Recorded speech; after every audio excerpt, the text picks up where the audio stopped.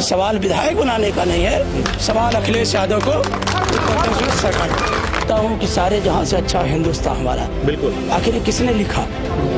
इंकलाब जिंदाबाद ये किसने गाया गीत? जी। जो नौजवान आज नारा लगाता है इंकलाब जिंदाबाद जी। और सारे जहां से अच्छा हिंदू, इकबाल के गीत। आप सोचो, भारत जो है एक खूबसूरत देश है, मैंने आपसे पहले ही कहा जी। लेकिन भारतीय जनता पार्टी का खोखला राष्ट्रवाद, भारतीय जनता पार्टी का खोखलेवादी और भारतीय जनता पार्टी उसने नोटबंदी के बाद भी कहा था कि देश के गरीब को ताकत मिल जाएगी। आखिर क्या फायदा हुआ?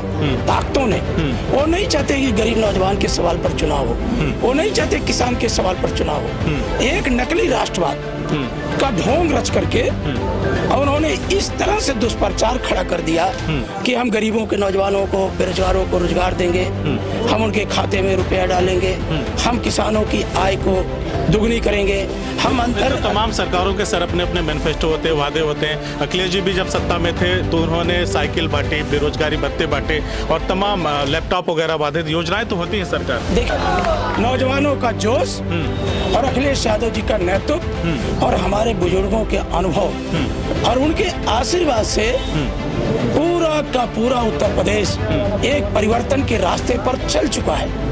बहुत बड़ा परिवर्तन होगा। वो भारतीय जनता पार्टी कहती थी कि विपक्ष दिखाई नहीं दे रहा है, तो आज हमने उसको दिखाया है। बता दिया आपने, सड़क पे है। पूरा का पूरा आपने देखा होगा जिस तरह से नौजवानों का हुजूम उमड़ करके आया, गांव से आया, अपनी साइकिलों से आया और इतनी बड़ी गर्मी जब पड़ रही हो, उमस हो, ऐसे में नौजवानों के जोश के सामने अब योगी कहीं टिकने वाले नहीं है, एकदम टिक नहीं पाए।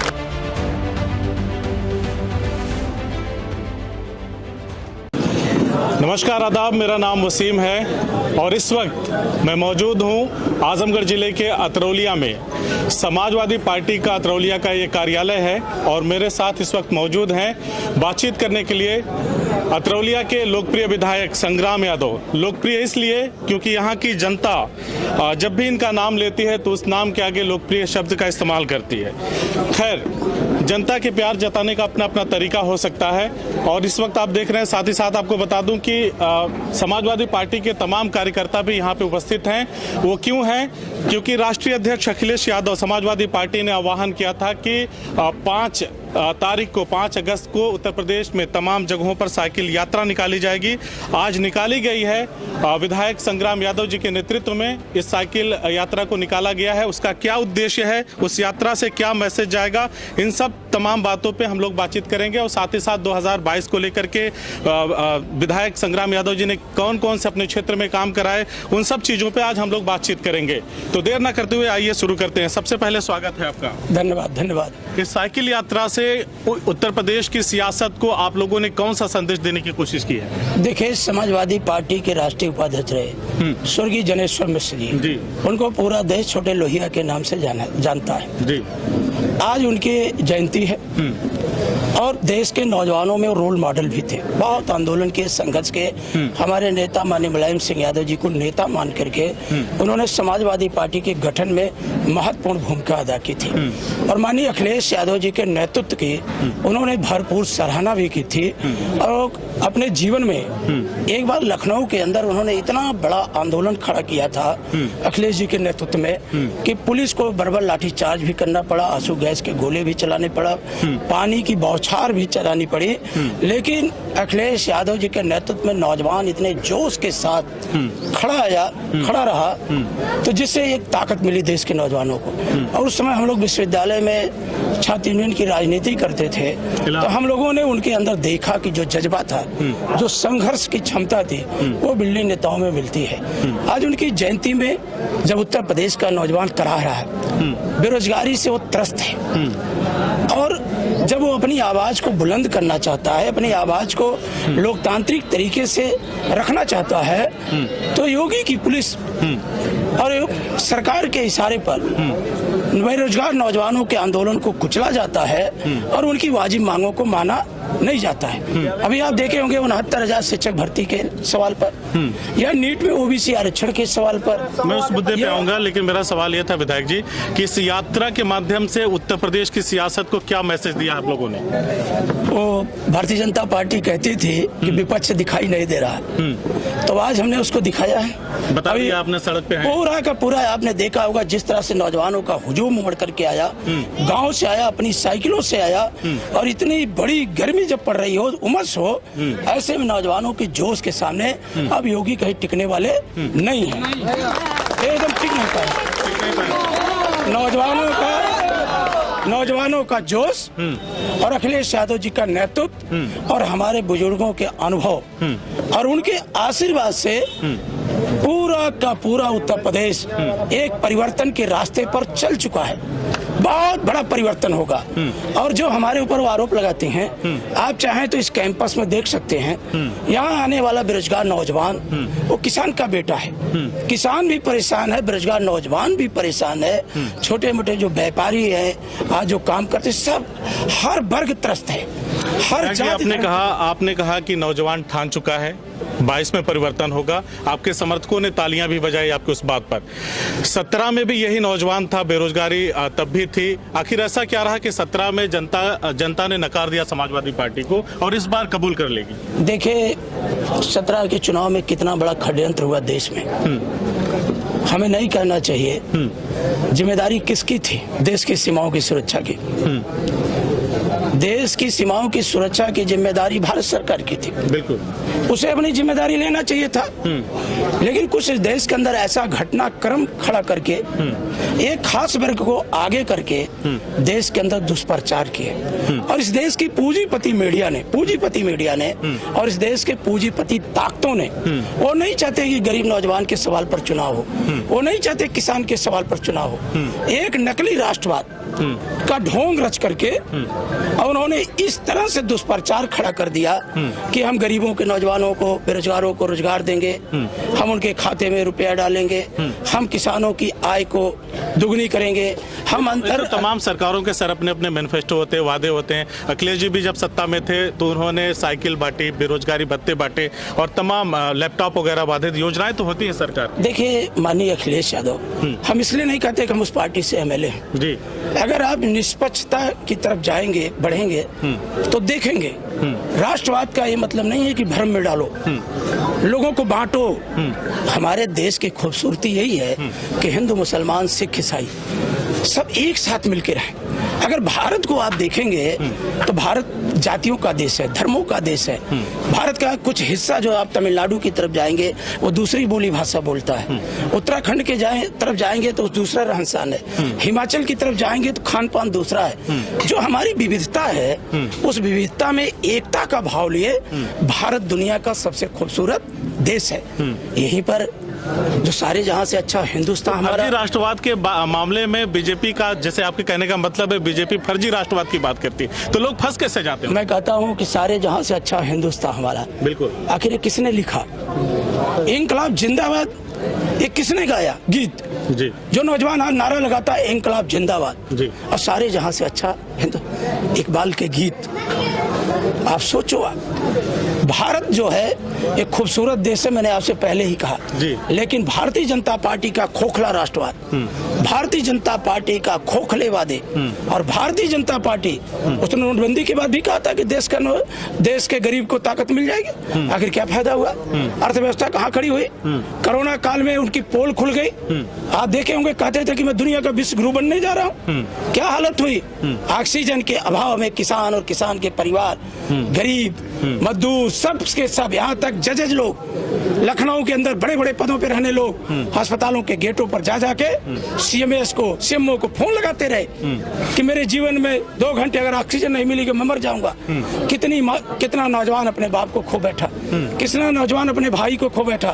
सरकार तो कहती है सर कि कोई मरा ही नहीं ऑक्सीजन की कमी की वजह से। आप देखे होंगे सरकार तो क्या कहती है, रिपोर्ट तो आई देश के अंदर, और उस रिपोर्ट का क्या असर हुआ? जब पूरा देश खड़ा हो गया, बड़े से बड़े, तो एम्स के डायरेक्टर की बात मान ले, बत्रा हॉस्पिटल सर गंगाराम की बात मान ले, कि हम इनकी बात मान ले। ये कौन होते हैं? अगर उनके कहने से ऑक्सीजन के अभाव में, आइए आपको गांव-गांव की हम रिपोर्ट दिखा दें। ये अतरौलिया का अस्पताल जिसको माननीय अखिलेश यादव ने बनाया था, क्या हालत थी। कोई लोग पीट पे ऑक्सीजन, कोई टांडा भाग रहा है, कोई बिलरियागंज भाग रहा है, कोई आजमगढ़ भाग रहा है, क्यों एसडीएम तहसीलदार बैठा है। और कितनी महंगी ब्लैक में ऑक्सीजन बिकी। आप देश के नागरिक हैं, आप जनता के बीच रहते हैं। अगर भारतीय जनता पार्टी झूठ का सहारा लेकर के ये कहती है कि ऑक्सीजन के अभाव में कहीं कोई दम नहीं तोड़ा, तो इससे बड़ा देश के अंदर झूठ फरेब कुछ हो ही नहीं सकता है। भारतीय जनता पार्टी एक झूठों का गिरोह है, पूंजीपतियों का गिरोह है। वो इस देश को कमजोर न समझ करके हमारे गरीब भाइयों को तोड़ना चाहती है, उनको 5 किलो अन्न दे करके भरमाना चाहती है। शराब की दुकानें तो खुलवाती है, मॉल और सिनेमा हॉल खुलवाती है, लेकिन जहां भारत का भविष्य बनता है वो प्राथमिक विद्यालय नहीं खुलवाएगी, वो जूनियर हाई स्कूल नहीं खुलवाएगी, वो इंटर स्कूल नहीं खुलवाएगी, वो विश्वविद्यालय का गेट नहीं खोलेगी। उसकी नीयत में खोट है। वो भारत को कमजोर करना चाहती है, भारत को बांटना चाहती है और भारत को कमजोर करके वो राज करना चाहती है और गरीबों को भ्रम में डाल के। ये बताइए विधायक जी, तमाम सर्वे हो रहे हैं और तमाम होर्डिंग लग रही है उत्तर प्रदेश में जगह जगह। उत्तर प्रदेश भारत के तमाम राज्यों में नंबर 1 है और तमाम यहाँ के लोगों को सहूलतें सुविधाएं मिल रही है, बहुत अच्छे काम हो रहे हैं, इस तरह की होर्डिंग लग रही है। तो आपको कैसे लगता है कि समाजवादी पार्टी इन सब चीजों से पार के सत्ता में आएगी वापस? आज आप देख ही लिए होंगे किस जोश खरोश के साथ। और उत्तर प्रदेश किस बात पे नंबर 1 है। इतना बड़ा झूठ बोला है। ने कहा कि हमने गुंडे, मवालियों, माफियाओं को एकदम सीधा कर दिया है, ठोक ठठाक कर, पीट पाट करके बराबर कर। तभी गोरखपुर में हत्या कैसे हुई नौजवान की, जो ग्राम विकास अधिकारी था नौजवान, दलित समाज का था। अमित शाह जी का भी बयान आया। क्या उसका यही दोस्त था कि वो शादी अपनी मर्जी से कर लिया, तो लड़की भी तो अधिकारी थी। कैसे उसकी पीट की हत्या हुई, कैसे लखीमपुर के अंदर डॉक्टर दंपति की हत्या हुई, आप ही के चैनल, आप ही लोगों ने दिखाया। तलवार से काट दिया गया उसको। लखीमपुर में वो बहन जा रही थी नामांकन करने, उसकी साड़ी खींच ली गई, ब्लाउज पे आ गई वो। कैसे कैसे गुंडाई हुई कोयलसा के अंदर, अतरौलिया के अंदर, चारों तरफ आपने पंचायत को देखा होगा, लूट लिया। तो उनके कहने से क्या होता। आज उत्तर प्रदेश सबसे ज्यादा पुलिस कस्टडी में डेथ हुई है उत्तर प्रदेश के अंदर। देश के अंदर कुपोषण से, मैं नहीं कहता, अभी उनकी मंत्री ने देश की संसद में बयान दिया, सबसे ज्यादा कुपोषित बच्चे उत्तर प्रदेश के हैं। जब उत्तर प्रदेश के अंदर कुपोषण में बच्चे हैं तो क्या उनकी माँ कहाँ होंगी? माँ भी कुपोषित है। तो उत्तर प्रदेश बेरोजगारी में नंबर 1, कस्टोडियल डेथ में उत्तर प्रदेश नंबर 1। उत्तर प्रदेश कभी गन्ना में, कभी धान में, कभी इनमें। यानी आप नहीं मानते कोई विकास हुआ है? तो आप बताइए ना कहीं हुआ है। आप पूछिए तो हमें बताइए, आप आजमगढ़ में रहते हैं, काम करते हैं, अगर आजमगढ़ में कोई एक जगह बताइए जहां हम चल करके देखें क्या करिए कौन सा विकास हुआ। आज ये जो सामुदायिक केंद्र है अतरौलिया के अंदर, जहां वैक्सीन के टीके लग रहे हैं, ये हमारे नेता आदरणीय मुलायम सिंह यादव ने बनाया था। ये अतरौलिया ब्लॉक के सामने आप जाएंगे, 200 बेड का अस्पताल बना है, तो माननीय अखिलेश यादव जी ने बनाया। तो भारतीय जनता पार्टी हमें बतावे कि आजमगढ़ जनपद में वो कहाँ विकास की है। सठिया का चीनी मिल हमने बनाया, मेडिकल कॉलेज हमने बनाया, आचार्य नरेंद्र हमने माने हमारी सरकार माननीय अखिलेश यादव ने बनाया। तो आपसे मैं पूछना चाहता हूं कि मुझे कृपया करके आप कोई एक काम भारतीय जनता पार्टी का बता दें कि मैं जान जाऊं कि हाँ भारतीय जनता पार्टी ने अमुक काम किया है, वो मेरा जनरल नॉलेज बढ़ जाएगा। भाजपा के नेता और समर्थक आजमगढ़ के जान लें कि हम आप तक भी पहुंचेंगे और जो विधायक डॉक्टर संग्राम यादव पूछ रहे हैं कि कौन सा विकास हुआ है वो आपको बताना पड़ेगा। हम उन्हीं से पूछेंगे क्योंकि उन्हीं के लोग कहते हैं। तो अब आप उन्हीं से पूछ लीजिए। बिल्कुल पूछेंगे। और अगर आजमगढ़ के अंदर आचार्य नरेंद्र देव का कैंपस बना, यही मकरहा के अंदर आप जाइए दिखाइए, मकरहा के अंदर गाँव सभा में हमने राजकीय पॉलिटेक्निक कॉलेज बनाया था और इस सोच के तहत बनाया था कि गाँव का बेटा गाँव के अंदर टेक्निकल शिक्षा ले और पढ़ लिख करके अपने माँ बाप के उसको प्राइवेट हाथों में दे दिया। मकरहा के राजकीय पॉलिटेक्निक कॉलेज को हमने मूक बहिर विद्यालय बनाया था सुल्तानीपुर ग्राम सभा में। हमने विधानसभा के अंदर भी कहा, सत्र चल रहा था, माननीय इनके जो मंत्री हैं पिछड़ा वर्ग कल्याण मूक बहिर के, दिव्यांग के, मैंने उनसे कहा उसको चला दो, आज तक नहीं चला पाए।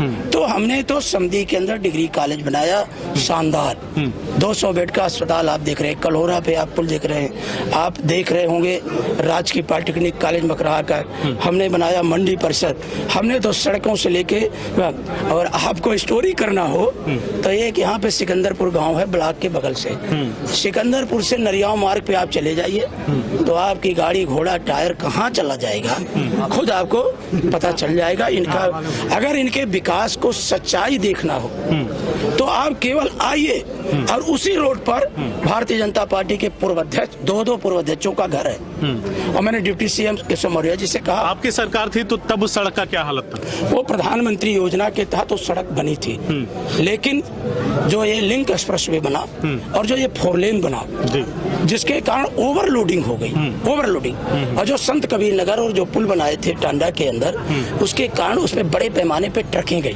और वो प्रधानमंत्री योजना की सड़क थी जिसके कारण वो पूरी तौर पर उड़ गई। हम उसको चौड़ीकरण कराना चाहते थे, उसको मजबूत बनाना चाहते थे, जैसे हमने बनाया है मदिया पार मोड़ से हरौला का मार्ग, बुढ़नपुर से हरौला का मार्ग, हमने पटेल से लेकर के अतरैठ नंदना होते हुए मकराम, हम उस लेवल पे बनाना चाहते थे, लेकिन प्रधानमंत्री सड़क योजना की कुछ गाइडलाइन होती थी जिसके कारण अमुक समय पूरा होने पर ही उस सड़क को बनाया जा सकता था, तो जिसके कारण वो उच्चीकरण वाली सड़क नहीं बन पाई थी, लेकिन उस समय फर्राटे के साथ आप चल सकते थे, लेकिन 5 साल तो हो गया भारतीय जनता पार्टी को, 4.5 साल हो गया, तो कोई एक सड़क तो बता। 17 में सर एक बात आई कि समाजवादी पार्टी के लोग अपने काम को गिना नहीं पाए, बार बार समाजवादी पार्टी के नेताओं पे आरोप लगता है कि अपने कमरों को छोड़ के बाहर नहीं निकलते, सड़क पे जनता से संपर्क नहीं करते, 17 में बता नहीं पाए इसलिए चुनाव हार गए। 22 में क्या रणनीति है, किस तरह से उतरेंगे सड़कों पर, किस तरह से जनता को मनाएंगे, अपने पिछले काम को बताएंगे और ये बताएंगे जैसे आपने कहा कि भाजपा ने कुछ नहीं किया? भारतीय जनता पार्टी झूठ और फरेब का सहारा लेती है। भारतीय जनता पार्टी अभी सत्ता में देश के है, जाके उसका 5 स्टार कल्चर का कार्यालय आप दिखा दीजिए जनता को। हिंदुस्तान के अंदर इतनी पार्टियां सत्ता में रही, कोई पार्टी 7 स्टार कल्चर का दिल्ली के अंदर कार्यालय नहीं बना पाई। इतना बड़ा कार्यालय है कि उस कार्यालय में अभी बेरोजगार नौजवान हमें लखनऊ में मिले थे, वहां आम आदमी घुस नहीं सकता है। इतना बड़ा और इतने बड़े बजट का उसका भारतीय जनता पार्टी का देश का कार्यालय है। तो भारतीय जनता पार्टी नहीं चाहती कि गांव का गरीब का किसान का बेटा अच्छे मकान में रहे, वो नहीं चाहती कि वो भी कुछ आगे बढ़े। सपा के कार्यकर्ता, आप जो सपा के नेता हैं, आप जैसे तमाम विधायक हैं, वो लोग इस बार किस तरह का प्रयास करेंगे, जनता के बीच कैसे जाएंगे ताकि जनता को पता चले कि हाँ समाजवादी पार्टी ने 17 के पहले वाले जो उनका कार्यकाल था 12 से 17 का उसमें काम किया था? हम जनता को और खासकर अपने नौजवान साथी हमारे जो हैं वो पूरी तौर पर अब की बार सतर्क हैं, एक एक कदम पे वो देख रहे हैं, और भारतीय जनता पार्टी की जो विफलता है उसको उन्होंने बहुत नजदीक से अब देख लिया और समझ भी लिया, और उनका नंगा नाच भी देख लिया। पंचायत चुनाव में आपने देखा होगा कितनी बुरी तरह से वो परास्त हुए जनता के चुनाव में, फिर उन्होंने षड्यंत्र किया। तो अब की बार हमारा नौजवान सतर्क है, और हम गांव-गांव जाएंगे, नेट टू नेट एक एक व्यक्ति से संपर्क करेंगे, अपनी माताओं बहनों से संपर्क करेंगे, अगड़े पिछड़े सबसे संपर्क करेंगे, उनसे भी बताएंगे कि भारतीय जनता पार्टी के राज में आपको कुछ नहीं मिला। कोरोना के काल में आप ऑक्सीजन के अभाव में दम तोड़ दिए, दवाइयां नहीं मिली, लेकिन अडानी और अंबानी की संपत्ति कोरोना काल में देश में सबसे ज्यादा बढ़ गई। बताएंगे आप लोग? अडानी की संपत्ति बढ़ गई और इनके मंत्रियों की बढ़ गई, इनके विधायकों के, लेकिन गांव के गरीब का किसान का बेटा आज दर-दर की ठोकरें खा रहा है। 108 एम्बुलेंस, 102 एम्बुलेंस के कर्मचारियों के साथ एस्मा लगा दिया गया, उनके ऊपर FIR दर्ज करके कितनी बर्बरता पूर्वक उनके आंदोलन को कुचला गया। स्वतंत्र भारत में इस तरह का हमें उम्मीद नहीं थी। एक छोटे सवाल का जवाब दे दीजिए, फिर उसके बाद आखिरी सवाल आपसे लेंगे। उसके बीच आपके साथी जो लगातार आपके साथ काफी धैर्य के साथ सुन रहे हैं आपकी बातों को, हमारी बातों को, उनसे भी एक हल्का बातचीत कर लेंगे। फिर उसके बाद मैं उस सवाल के लिए लौटूंगा। ओम प्रकाश राजभर राजनीति के माहिर खिलाड़ी हैं। बीच में समाजवादी पार्टी से भी कुछ कोलैबोरेशन की बातें चल रही थी, अचानक से भाजपा के प्रति फिर प्रेम उमड़ आया, उस पर क्या कहना है? वो वैसे ही ठगा महसूस कर रहे हैं अपने आप को? देखिए, हमारे नेता माननीय अखिलेश यादव ने बहुत पहले उन्होंने स्पष्ट कर दिया था कि हम जनता के साथ हैं और जनता हमारे साथ खड़ी है। हम जनता के सवाल पर चुनाव लड़ेंगे, बेकारी के सवाल पर, किसान उत्पीड़न के सवाल पर, जो भेदभाव है उसके सवाल पर हम चुनाव लड़ेंगे। हम जनता से उम्मीद करते हैं, और जहां तक ये जो आप नाम ले रहे हैं, हम उस पर कुछ नहीं कहना चाहते हैं। हमारे राष्ट्रीय अध्यक्ष जी तय करेंगे माननीय अखिलेश यादव जी कि कैसे हमें उस दिशा में आगे बढ़ना है। लेकिन इतना मैं कहना चाहता हूं कि आज भारतीय जनता पार्टी चाहे जितना षड्यंत्र कर ले, चाहे जितने लोगों को जोड़ तोड़ कर ले, अब भारतीय जनता पार्टी उत्तर प्रदेश में पुनः सत्ता में आने वाली नहीं है। अब किसान जागेगा, नौजवान जागेगा, माताएं बहनें जागेंगी, जाति और धर्म की दीवारें टूटेंगी। लोग अपने सवाल पर, अपने बच्चों के भविष्य के सवाल पर माननीय अखिलेश यादव के साथ खड़े होकर के 2022 में प्रचंड बहुमत की सरकार उत्तर प्रदेश में बनाने का काम करेंगे। किस तरह की मेहनत होगी ताकि जैसे आप लोग अभी से दावा कर रहे हैं 22 में हमारी सरकार, तो मेहनत किस तरह की होगी? हम लोग घर घर जाएंगे, अपनी जितनी जी अखिलेश यादव की सरकार की योजनाएं जितनी थी सारी योजनाओं के बारे में बताएंगे और सब लोग एकजुट होकर के समाजवादी पार्टी को सरकार बनाने का प्रयास करेंगे। अतरौलिया के नगर पंचायत अध्यक्ष भी यहीं पे हैं, समाजवादी पार्टी के नेता हैं आप, दावा कर रहे हैं विधायक जी की 22 में हमारी सरकार, तो मेहनत हो रही है उस तरह से? पूरी तरह मेहनत हो रही है। अब की हमारी सरकार बनेगी, अखिलेश जी मुख्यमंत्री फिर होंगे, फिर बनेंगे। शीतला जी आप बताइए, क्या लगता है किस तरह की मेहनत वगैरह हो रही? खाली जब राष्ट्रीय अध्यक्ष का आदेश आता तभी आप लोग बाहर निकलते कि मेहनत भी हो रही है हकीकत में? नहीं, हम लोग ये समाजवादी पार्टी के जितने भी कार्यकर्ता हैं, नौजवान साथी, ये हमेशा मेहनत करते हैं और जनता के बीच रहते हैं। तो 22 में आएंगे? एकदम निश्चित आएंगे 22 में आएंगे। आपका क्या ख्याल है? बिल्कुल आएगी समाजवादी पार्टी की सरकार, आएगी, जरूर आएगी, जरूर आएगी। अब सीधा विधायक जी, मैंने जैसे कहा था कि एक आखिरी और जरूरी सवाल आपसे, 2 बार के आप विधायक हैं, तो दूसरा कार्यकाल भी आपका अब निकट पूरा होने वाला है, लगातार 2 बार के विधायक। संग्राम यादव ने ऐसा क्या काम किया है अपने क्षेत्र में कि जनता उनको तीसरी बार अपने मतलब उनके सर पे ताज पहनाएगी, एक बार फिर से विधायक बनाएगी? अपने कार्यकाल का जो ब्यौरा है वो दीजिए, आपने कौन कौन से विकास किए हैं इन 10 सालों के अंदर? देखिए, एक बहुत लंबा विवरण हो जाएगा। समाजवादी पार्टी का नहीं, विधायक के तौर पे आप? विधायक के तौर पर अगर आप देखेंगे जी, कहीं पर आप ब्लॉक मुख्यालय पर इतना शानदार अस्पताल आप नहीं देख पाएंगे। आप जाइए, तस्वीर देखिए, जो कोरोना काल था, कितनी बड़ी लाइन लगा करके विशेषज्ञ डॉक्टरों की टोली बना करके हम सबने अपनी सरकार में इस कार्य को पूरा किया। आप 200 बेड का अस्पताल, 100 बेड का संयुक्त जिला चिकित्सालय नाम है उसका, अतरौलिया के अंदर, और 100 बेड का मॉनिटरिंग विंग। आप बर्मा साहब को आकर्षित करेगा और निश्चित तौर पर आप उधर जब बढ़ेंगे जी, फिर आप सड़कों को देखेंगे, फिर आप समधी के अंदर डिग्री कॉलेज को देखेंगे, जो लड़कियों का आदर्श महाविद्यालय बना, उस तरह का विद्यालय आपको बहुत कम जगह देखने को मिलेगा।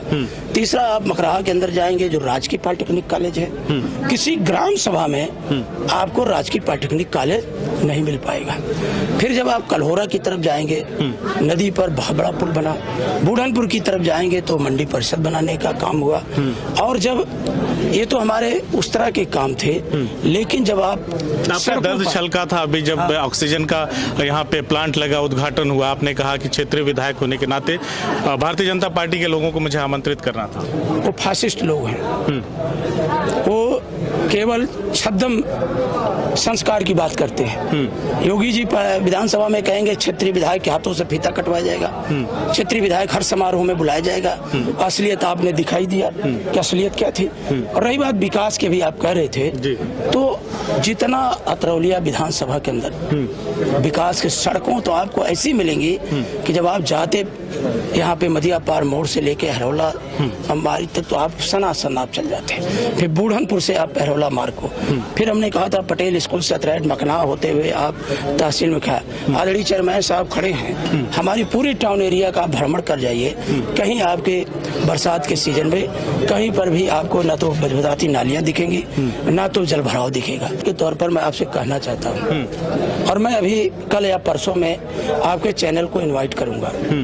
मुझे बहुत खुशी होती है, अभी जब मैं कल भी कार्यालय के अंदर आया जी, कोई एप्लीकेशन लेके आ रहा है कि विधायक जी मेरे बेटे की तबीयत खराब है और किडनी खराब है, इस पे डॉक्टर ने बदलने का और उसके लिए 4 लाख 3 लाख 5 लाख 10 लाख 12 लाख आप पता कर लीजिए पूरे छत के अंदर ऐसे ना जाने कितनी संख्या होगी। आदरणीय चेयरमैन साहब बैठे थे कल आपकी उपस्थिति में, 2 एप्लीकेशन खुद आए। गौरी का नौजवान है आया, विधायक जी मेरा 8 महीने का बच्चा है और उसकी रीढ़ का ऑपरेशन करना है, लाखों रुपए का खर्च है और डॉक्टर नहीं तो मेरा बच्चा बैठ नहीं पाएगा। मैंने तत्काल कहा कि मैं आपके बच्चे का ऑपरेशन पे जितना खर्च आएगा मैं देने का काम करूंगा। आए दिन कोई महीना नहीं बचता होगा जिस महीने में मैं अपने विधायक निधि से ऐसे असाध्य रोग से पीड़ित अपने विधानसभा के अंदर जो अपने माँ बाप का इलाज नहीं करा सकते, अपने बेटे का इलाज नहीं करा सकते, अपने काका दादा का इलाज नहीं करा सकते, उन्होंने लाके अगर एस्टिमेट मेरे सामने प्रस्तुत किया होगा तो लाखों लाख, और वो आज इलाज पा करके आज उस दुनिया में हैं। आप चाहेंगे तो आप उसका ग्राउंड रिपोर्ट आप तैयार कर सकते हैं। तो मैं तो यही कहूंगा भारतीय जनता पार्टी से कि माननीय अखिलेश यादव ने विधायकों को कहा था कि लोकतंत्र में जनता का पक्ष मजबूत होना चाहिए, इसलिए विधायक को ताकत दी थी कि विधायक अपने निधि से 25 लाख रुपए तक का मरीजों पे डायरेक्ट खर्च कर सकता है, इलाज के लिए दे सकता है। वो डायरेक्ट हॉस्पिटल को जाता है, पीजीआई को जाता है, लोहिया को जाता है, एम्स को जाता है, आपका होमी भाभा को जाता है, बीएचयू को जाता है जी। और मैं 25 लाख अपने पिताजी की निधि का गरीब असहाय पीड़ित लोगों के इलाज पे खर्च करता हूँ। मैंने विधानसभा में कहा था, आज भी मैं कहना चाहता हूँ भारतीय जनता पार्टी से, क्यों नहीं उसकी सीमा बढ़ा देती। अगर मैं 25 लाख रुपया 50 लाख दे रहा हूँ, क्यों नहीं उसकी सीमा बढ़ा देती कि विधायक अपनी निधि से करोड़ों रुपया तक गरीब असहाय लोगों के इलाज पर दे सकता है। तब मैं भारतीय जनता पार्टी को मानता कि उसकी गरीबों के प्रति सोच है। तो आपको लगता है आपके इन कामों की वजह से एक बार फिर क्षेत्र की जनता आपको अपना विधायक चुनेगी? देखिए, ये जनता का फैसला आप जनता से पूछिए। अब हमसे आप पूछेंगे तो जनता का फैसला जनता पर होगा ना कि हाँ, काम किया तो जनता को जनता जनार्दन है जी। जनता का फैसला जनता पर छोड़िए और हमारा जो काम है वो जनता के लिए है और हम जो भी कुछ करते हैं ये जनता अगर हमें ना ताकत देती तो हम कहाँ से कर लेते। अभी हम कल परसों में 10-15 लाख रुपया सीधे गरीब को देंगे इलाज के लिए। अगर जनता हमको ना चुनती तो हम कहाँ से दे लेते उनको। तो जनता का काम जनता पर है और जनता फैसला ले चुकी है। सवाल विधायक बनाने का नहीं है, सवाल अखिलेश यादव को सरकार।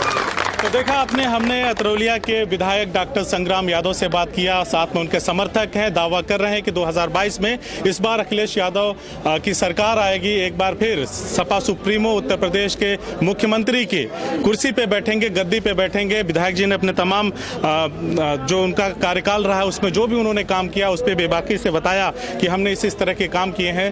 बाकी उन्होंने जनता के ऊपर छोड़ा है कि जनता का फैसला, क्योंकि जनता ही जनार्दन होती है लोकतंत्र में।